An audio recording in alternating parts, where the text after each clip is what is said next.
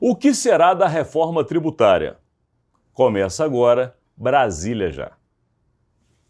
Bom dia, Rodolfo. Tudo bem, Alexandre? Tudo bem, amigas, amigos? Estamos aí começando mais um dia, de expectativas no Congresso Nacional. Você que tem acompanhado sempre esse conteúdo, sabe que o Senado Federal está tratando da reforma tributária. Importantíssima reforma que cuida não somente da regulação do que nós pagamos de taxações, mas também acaba estimulando os investimentos no Brasil, as exportações, enfim. É um conjunto de regras que pode ser muito importante para o Brasil, se sair do Congresso Nacional. Porque o que hoje a gente traz para você é justamente a grande dúvida instalada, pelo menos, na chamada Câmara Alta do Congresso, né, Rodolfo? Tá um rolo, viu, Alexandre? Tá um rolo grande. Há uma expectativa aí de... tenta-se, concluir isso, mas a situação não é das mais simples. O relator da reforma tributária, o senador Eduardo Braga, promete ler hoje, na Comissão de Constituição e Justiça, seu relatório final. Ele teve uma reunião antes com o ministro da Fazenda, Fernando Haddad, onde eles acertaram isso. A ideia é ler hoje para tentar votar na semana que vem, no dia 24 de outubro. E aí, enfim, retornar isso aí para a Câmara. O grande problema, Alexandre, o Eduardo Braga recebeu mais de 500 emendas. Tá?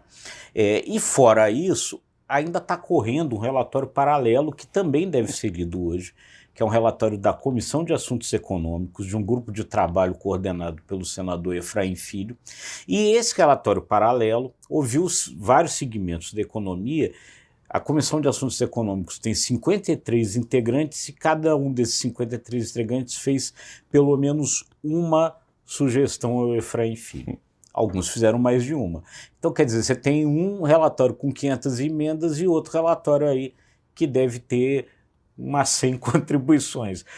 Esse relatório da Comissão de Assuntos Econômicos não é oficial, mas vai ser entregue como contribuição para o Efraim Filho. Agora, o Efraim Filho simplesmente ignorar esse outro, ele vai estar ignorando 53 senadores, não é uma coisa muito prudente.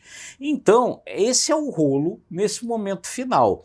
Quer dizer, as pessoas estão imaginando que isso daí, com esse rolo todo, não deve ser o ambiente mais propício para uma reforma andar depressa, né, Alexandre? O que tudo indica que não vai ser mesmo, Rodolfo, porque, primeiro, conhecendo bem o Senado, o Eduardo Braga não tem como abandonar o que vai ser entregue a ele pela Comissão de Assuntos Econômicos. Segunda coisa, a gente sabe muito bem que a reforma tributária ela mistura muitos interesses de segmentos importantes da economia brasileira e também de fora, que tem interesse de entrar aqui. Os senadores, nesse momento, viram grandes lobistas. Eles são procurados por esses segmentos econômicos justamente para que cada um coloque o seu interesse. Nem sempre o interesse é escuso, é importante que fique claro. É o interesse de um segmento, mas quando você tem que atender todos os interesses de cada um dos segmentos, você não tem uma regra única. E é justamente o que acontece. Sem a regra única, você não consegue ter uma alíquota que realmente seja beneficiária para o estímulo da economia, do investimento, do crescimento do país. Sem esse consenso, não se chega a uma reforma tributária, se chega a um remendo ou um puxadinho de reforma. Exatamente, quer dizer, assim, explicando um pouco mais isso.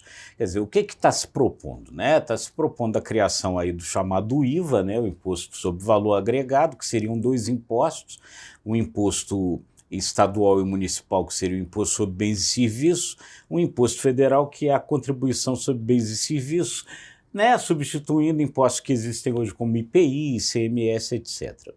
O problema é que tem essa pressão toda, como o Alexandre falou, para colocar determinados segmentos como exceção, ou seja, segmentos que pagariam alíquotas menores, imposto mais baixo. Quanto mais exceção tiver a isso, quem fica fora da exceção vai pagar imposto mais alto. Então, já está se falando que esse pessoal que não teria aí padrinho, esses segmentos sem padrinho, poderiam pagar uma alíquota de até 40%. Imagine você pagar sobre um produto 40% de imposto. E aí tem uma questão, Rodolfo? Tem o interesse também de quem está do lado dos deputados. Então nós estamos falando de uma das casas, ou seja, quem buscou os senadores. Só que os deputados também têm quem os busque. E esses deputados já colocaram modificações na reforma que saiu de lá, esperando que não fossem feitas modificações justamente do Senado. Serão feitas modificações, voltarão para a Câmara.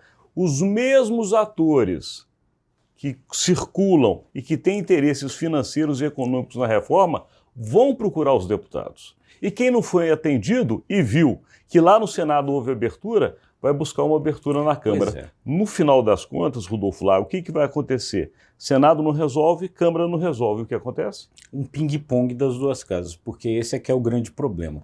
Se o Senado modifica agora a reforma tributária, ela necessariamente tem de voltar para a Câmara para ser analisada na Câmara de novo. Se a Câmara não aceitar as modificações feitas pelo Senado e alterar outra vez, o Senado tem que olhar de novo.